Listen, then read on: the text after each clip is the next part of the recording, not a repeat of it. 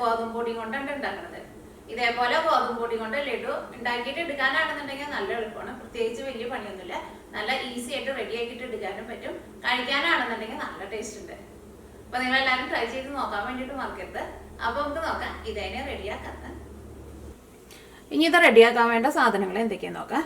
അപ്പൊ ഞാനിവിടെ ശർക്കര എടുത്തിട്ടുണ്ട്. ഈ ലഡു ശർക്കരയിലാണ് ഞാൻ ഉണ്ടാക്കാൻ വേണ്ടിയിട്ട് പോണത്. ഇത് ഗോതമ്പ് പൊടി കൊണ്ടുള്ള ഉണ്ടാക്കുന്നത്. അപ്പോൾ ശർക്കരയുടെ ടേസ്റ്റ് ആയിരിക്കും കുറച്ചും കൂടി നല്ല ടേസ്റ്റ് ഉണ്ടാവുക. അല്ലെങ്കിൽ നിങ്ങൾക്ക് ശർക്കരയ്ക്ക് പകരം പഞ്ചസാരയും ചേർക്കാം കേട്ടോ. അപ്പോൾ ശർക്കര ഞാനിവിടെ 150 ഗ്രാം ശർക്കര എടുത്തിട്ടുണ്ട്. അപ്പോൾ ശർക്കര എടുക്കുമ്പോൾ ഒന്ന് പൊടിച്ചിട്ട് വേണം എടുക്കാൻ വേണ്ടിയിട്ട്. കാരണം വലിയ പീസായിട്ട് ചേർക്കണ്ട.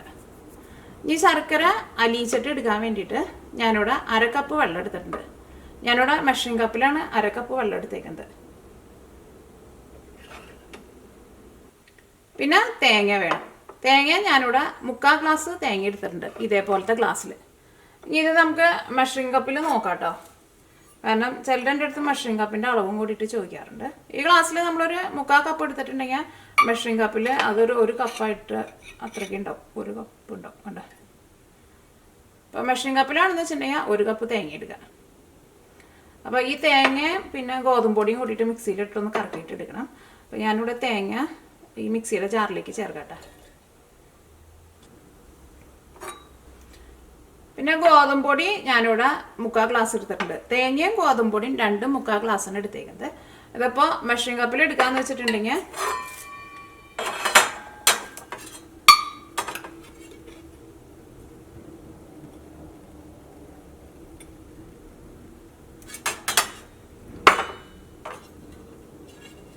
ഒരു കപ്പ് ആണ്ട് കറക്റ്റായിട്ടില്ല. ഇപ്പോൾ 1 കപ്പിന് 1 ടേബിൾ സ്പൂൺ കുറവുണ്ട്. അതിപ്പോൾ ഇച്ചിരി കൂടെ കുറവേക്ക് ചെയ്താലും അത്രയ്ക്ക് കുഴപ്പമില്ല. എന്നാൽ ഒരുപാട് കൂടെയും ഒരുപാട് കുറയും ചെയ്യരുത് കേട്ടോ.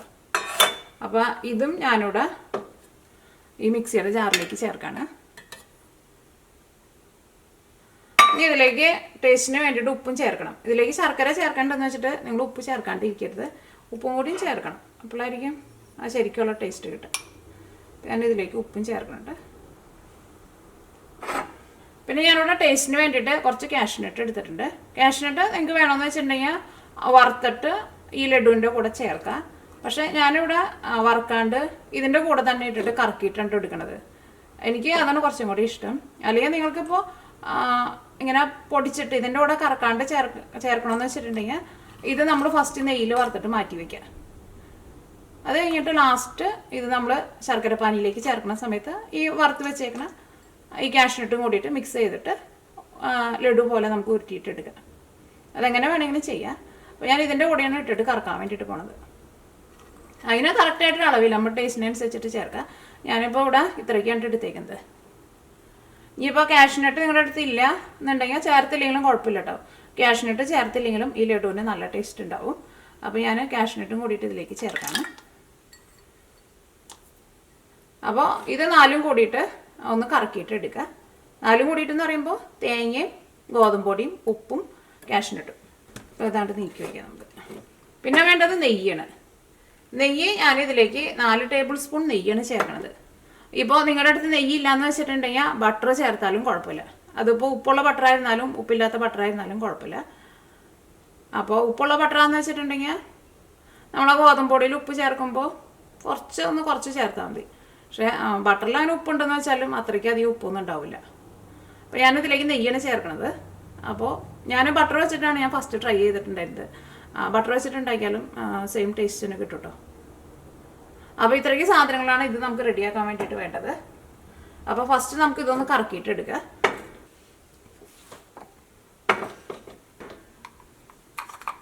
അപ്പോൾ ഇതെല്ലാം കൂടിയിട്ട് കറക്കി എടുത്തിട്ടുണ്ട്. ഇനി ഇത് നമുക്ക് നെയ്യിൽ വറുത്തെടുക്കണം. അതിന് വേണ്ടിയിട്ട് നമുക്കൊരു പാൻ വെച്ചിട്ട് ചൂടാക്കാം.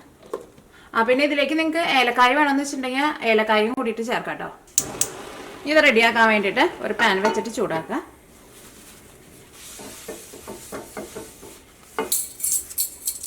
അപ്പോൾ പാൻ നന്നായിട്ട് ചൂടായിട്ടുണ്ട്. ഇനി ഇതിലേക്ക് 4 ടേബിൾ സ്പൂൺ നെയ്യ് ചേർക്കാം. നെയ്യ് ഇത്രയ്ക്ക് തന്നെ ചേർക്കണം കേട്ടോ, എന്നാലേ ടേസ്റ്റ് ഉണ്ടാവുള്ളൂ. ഞാനിവിടെ ഇതേപോലെ ഇങ്ങനെ ടേബിൾ സ്പൂണിൽ ഇങ്ങനെ നിറച്ചെടുക്കുന്നുണ്ട്.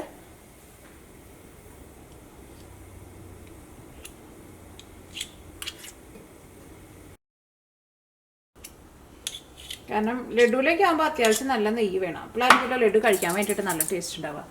പിന്നെ നെയ്യ് നമ്മളിപ്പോൾ എത്രയ്ക്ക് ചേർത്താലും നമ്മൾ അങ്ങനെ ലഡു അങ്ങനെ ഒരുപാട് ഒന്നും കഴിക്കില്ലല്ലോ. അപ്പോൾ ഞാനിതിലേക്ക് 4 ടേബിൾ സ്പൂൺ നെയ്യ് ചേർത്തിട്ടുണ്ട്. നെയ്യ് നിങ്ങൾ 4 ടേബിൾ സ്പൂൺ തന്നെ ചേർക്കണം കേട്ടോ. ഇപ്പോൾ കുറച്ച് കൂടിയാലും കുഴപ്പമില്ല. കാരണം ലഡു ഒക്കെ ആകുമ്പോൾ അത്യാവശ്യം നല്ല നെയ്യ് ഉണ്ടാവണം. അപ്പോഴായിരിക്കും കഴിക്കാൻ വേണ്ടിയിട്ട് നല്ല ടേസ്റ്റ് ഉണ്ടാവുക. പിന്നെ ലഡു ഒക്കെ ആകുമ്പോൾ നമ്മൾ ഒരുപാടൊന്നും കഴിക്കില്ലല്ലോ. ഇതിപ്പോൾ നെയ്യ് നമ്മൾ കട്ടയായിട്ടുള്ള നെയ്യാണല്ലോ ചേർത്തത്. ബട്ടർ ആണെങ്കിലും കട്ടയായിട്ടുള്ള ബട്ടറാണല്ലോ ചേർക്കുന്നത്. പക്ഷെ നമ്മൾ വെള്ളമായിട്ടുള്ള നെയ്യ് ചേർക്കാമെന്ന് വെച്ചിട്ടുണ്ടെങ്കിൽ ഒരു 5 ടേബിൾ സ്പൂൺ വരെ ചേർക്കേണ്ടി വരും കേട്ടോ. കാരണം കട്ടയായിട്ടിരിക്കുമ്പോൾ കുറച്ച് കൂടുതലുണ്ടാവുമല്ലോ. ഇതിലേക്ക് ഞാൻ ആ പൊടിച്ച് വെച്ചേക്കണ ആ ഗോതമ്പിൻ്റെ മിക്സ് ഉണ്ടല്ലോ അത് ചേർക്കാൻ വേണ്ടിയിട്ട് പോവാണ്. തീ ഒന്ന് കുറച്ച് വെച്ചോട്ടോ.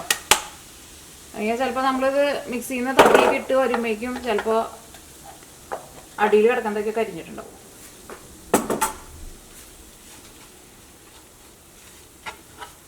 ഇനി ഒരു മീഡിയം ഫ്ലെയിമിലിട്ടിട്ട് ഇത് നെയ്യിലിട്ടിട്ട് വറുത്തെടുക്കണം.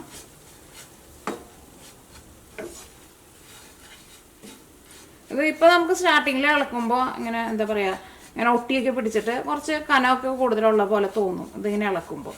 ഇനി ഇതാണ്ട് മുരിഞ്ഞ് വന്നു കഴിഞ്ഞ് കഴിയുമ്പോൾ അത് ഇളക്കുമ്പോഴായിരുന്നാലും ഒന്ന് കനം കുറഞ്ഞിട്ട് ഒന്ന് മുരിഞ്ഞ പോലെ നമുക്ക് തോന്നും. അത്രയ്ക്ക് ആവണ വരെ ഇത് നമ്മൾ ഇങ്ങനെ ഇളക്കി കൊടുക്കണം.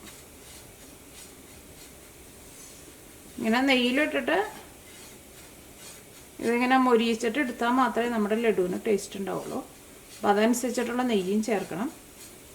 അതേപോലെ തന്നെ മൊരിയിച്ചിട്ട് എടുക്കുകയും വേണം.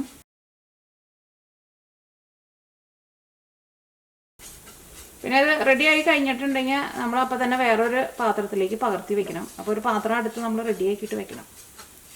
അല്ലെങ്കിൽ ഇപ്പോൾ വറുത്ത് കഴിഞ്ഞിട്ട് ഓക്കെ നമുക്ക് വേറെ പണികളൊക്കെ ചെയ്യാൻ വേണ്ടിയിട്ട് നമ്മൾ ഇതിൽ തന്നെ വെച്ചിട്ട് പോയിട്ടുണ്ടെന്ന് വെച്ചിട്ടുണ്ടെങ്കിൽ ഈ പാൻ്റെ ചൂട് കൊണ്ട് അതൊക്കെ കരിഞ്ഞു പോയിട്ടുണ്ടാവും. ഇതിപ്പോൾ നന്നായിട്ട് മൊരിഞ്ഞിട്ടുണ്ട് കേട്ടോ. ഇതിങ്ങനെ ഇളക്കുമ്പോൾ നമുക്ക് അറിയാൻ വേണ്ടിയിട്ട് പറ്റും. നന്നായിട്ട് ഒരു മൊരിഞ്ഞ പോലെ നമുക്ക് തോന്നും. ഇത് ഞാനിവിടെ വേറൊരു പാത്രത്തിലേക്ക് പകർത്തി വെക്കാൻ വേണ്ടിയിട്ട് പോവാണ്.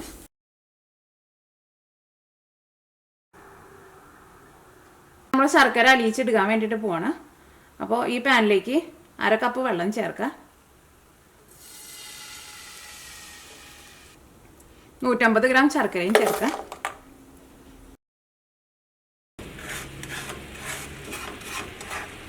ഇനിയിപ്പോൾ ഞാൻ തുടയാണ്ട് കിടക്കുന്നതേക്കും സ്പൂൺ വെച്ചിട്ട് ഇതേപോലെ ഒന്ന് ഉടച്ചു കൊടുത്തോട്ടെ.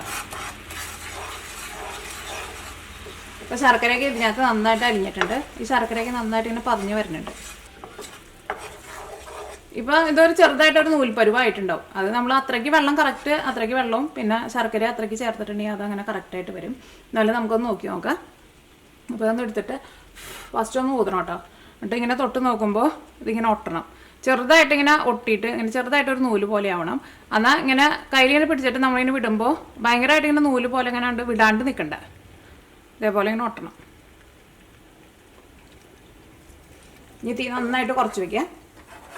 ഇനി ഇതിലേക്ക് നമ്മൾ വറുത്ത് വെച്ചേക്കണ ഇത് ചേർക്കാൻ വേണ്ടിയിട്ട് പോകട്ടെ. തീ കൂട്ടി വയ്ക്കണ്ട. തീ നന്നായിട്ട് കുറച്ച് തന്നെ വെച്ചോ. ഇതെല്ലാം കൂടിയിട്ട് ഞാനത് മിക്സ് ചെയ്യാം.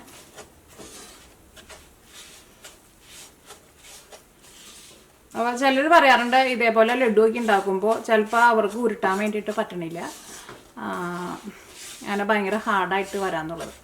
അത് ചിലപ്പോൾ നമ്മൾ ശർക്കര പനി അല്ലെങ്കിൽ പഞ്ചസാര പനിയൊക്കെ ഉണ്ടാക്കുമ്പോൾ ഈ നൂൽപ്പരുവ് അങ്ങോട്ട് കഴിഞ്ഞ് പോയിട്ടുണ്ടെങ്കിൽ പിന്നെ ഇത് ഭയങ്കര കട്ടയാവാൻ വേണ്ടിയിട്ട് തുടങ്ങും.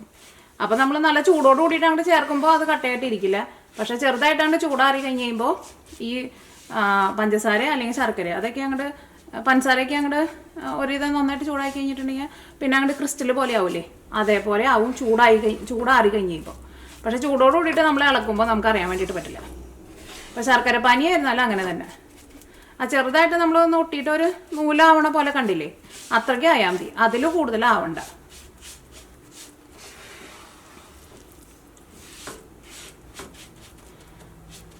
ഇതെല്ലാനും ഈ ശർക്കര പാനിയിൽ നന്നായിട്ട് മിക്സ് ആയിട്ടുണ്ട്. ഇനി ചെറുതായിട്ടൊന്ന് ചൂടാറണം. ചെറുതായിട്ട് ചൂടാറി കഴിഞ്ഞ് കഴിയുമ്പോൾ ഇതിപ്പോൾ കുറച്ച് ലൂസായിട്ടാണല്ലോ ഇരിക്കുന്നത്. അപ്പോൾ ചെറുതായിട്ട് ചൂടാറി കഴിഞ്ഞ് കഴിയുമ്പോൾ ഇതൊന്നും കൂടി ഒന്ന് തിക്കാവും.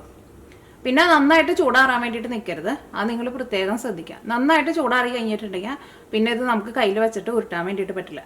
അപ്പോൾ നമ്മുടെ കയ്യിൽ പിടിക്കണ ഒരു ചൂടാവുമ്പോൾ ഇത് നമുക്ക് ഇഷ്ടമുള്ള ഷേപ്പാക്കിയിട്ട് ഉരുട്ടിയിട്ടെടുക്കുക. ലഡു ഉള്ളോ നമുക്ക് റൗണ്ട് ഷേപ്പാക്കിയിട്ട് എടുക്കാം. അപ്പോൾ അത് നമുക്ക് വേറെ പാത്രത്തിലേക്ക് പകർത്തി വയ്ക്കാം.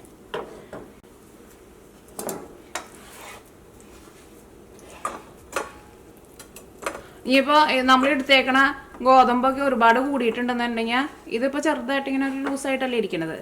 അപ്പോൾ കുറേ അങ്ങോട്ട് ചേർത്തിട്ടുണ്ടെന്ന് വെച്ചിട്ടുണ്ടെങ്കിൽ ഇത് ലൂസായിട്ടിരിക്കില്ല, ഭയങ്കര തിക്കായിട്ടിരിക്കും. അങ്ങനെ വന്നാലും നമുക്ക് കയ്യിൽ വെച്ചിട്ട് ഉരുട്ടാനൊന്നും പറ്റില്ല. കാരണം അപ്പോൾ ഇതിനങ്ങോട്ട് സോഫ്റ്റ് ആവാനുള്ള ശർക്കരപ്പാനി ഇതിനകത്ത് ഉണ്ടാവില്ലല്ലോ, അങ്ങനെയും വരും. പിന്നെ ശർക്കരപ്പാനി കുറേ നേരം ഇട്ടിട്ട് നമ്മൾ ചൂടാക്കിയിട്ട് അതിൻ്റെ ആ നൂൽപ്പരുവൊക്കെയാണ്ട് കഴിഞ്ഞിട്ടുണ്ടെന്ന് വെച്ചിട്ടുണ്ടെങ്കിൽ പിന്നെ അതങ്ങോട്ട് കട്ടിയാവാൻ വേണ്ടിയിട്ട് തുടങ്ങും. അപ്പോൾ നമ്മൾ മിക്സൊക്കെ ചെയ്ത് വെച്ച് കഴിഞ്ഞിട്ട് പിടിക്കാൻ വേണ്ടി ചെന്ന് കഴിയുമ്പോൾ അത് ആകെയാണ്ട് പൊടിഞ്ഞു പോകും. അങ്ങനെ 2 കാരണങ്ങൾ കൊണ്ടാണ് സാധാരണ നമുക്ക് ഇങ്ങനത്തെ സാധനങ്ങളൊക്കെ ഉരുട്ടണ സമയത്ത് ശരിയാവാണ്ട് വരാം. അപ്പോൾ നമ്മുടെ ഈ മിക്സ് ചെറുതായിട്ടൊന്ന് ചൂടാറിയിട്ടുണ്ട്. അപ്പോൾ നമുക്ക് കയ്യിൽ പിടിക്കണ ഒരു ചൂടുള്ളൂ കേട്ടോ. അപ്പോൾ നന്നായിട്ട് തണുക്കാൻ വേണ്ടിയിട്ട് നിൽക്കരുത്. ഇപ്പോൾ അത് ചൂടാറി കഴിഞ്ഞ് കഴിഞ്ഞപ്പോൾ ഇതേപോലെ ആയിട്ടില്ലേ, ഒന്ന് ചെറുതായിട്ടൊന്ന് തിക്കായിട്ടുണ്ട്. പിന്നെ ഇത് കൈമ ഒട്ടുകയും ചെയ്യില്ല, കാരണം ഇതിലേക്ക് നമ്മൾ നെയ്യൊക്കെ ചേർത്തിട്ടുണ്ടല്ലോ. ഇനി കൈമ എങ്ങനെ ഒട്ടണുണ്ടെന്ന് വെച്ചിട്ടുണ്ടെങ്കിൽ നിങ്ങൾ കൈമ കുറച്ച് നെയ്യൊന്ന് തൂത്ത് കൊടുത്തോ. ഇപ്പോൾ ഇത് കുറച്ച് സോഫ്റ്റ് ആയിട്ടാണല്ലോ ഇരിക്കുന്നത്. ഇനി ഇത് ചൂടാറി കഴിഞ്ഞ് കഴിയുമ്പോൾ ഇതൊന്ന് ഹാർഡായിട്ട് വരും കേട്ടോ.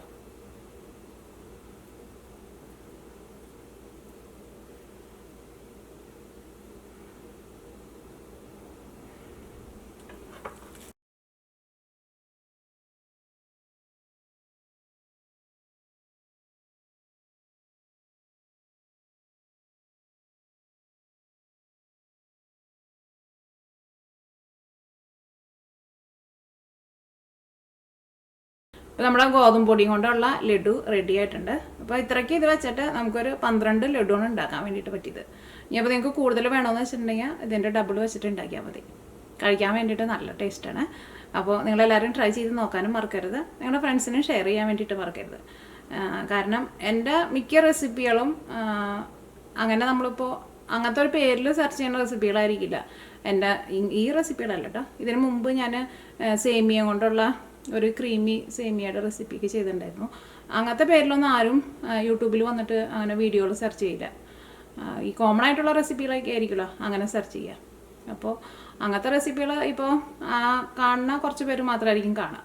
പിന്നീട് ആരെങ്കിലും വന്നു കഴിയുമ്പോൾ അങ്ങനെ പേര് കൊടുത്തിട്ട് അങ്ങനെ ആരും സെർച്ച് ചെയ്യില്ല. അപ്പോൾ കഴിയുന്നത് നിങ്ങൾ ഷെയർ ചെയ്യാൻ വേണ്ടിയിട്ട് മറക്കരുത് കേട്ടോ. ഇപ്പോൾ വാട്സപ്പിലേക്ക് ഷെയർ ചെയ്തിട്ടുണ്ടെങ്കിൽ കുറേ പേർക്ക് കിട്ടുമല്ലോ. ഒരാൾ ഷെയർ ചെയ്ത് അങ്ങനെ പോയിട്ടുണ്ടെങ്കിൽ കുറേ പേർക്ക് കിട്ടും. അപ്പോൾ അങ്ങനത്തെ റെസിപ്പികളൊക്കെ നിങ്ങൾ ഷെയർ ചെയ്യാൻ വേണ്ടിയിട്ട് മറക്കരുത് കേട്ടോ. അപ്പോൾ ഇത് നിങ്ങൾ ട്രൈ ചെയ്ത് നോക്കണം, ഫീഡ്ബാക്കും പറയാൻ വേണ്ടിയിട്ട് മറക്കരുത്.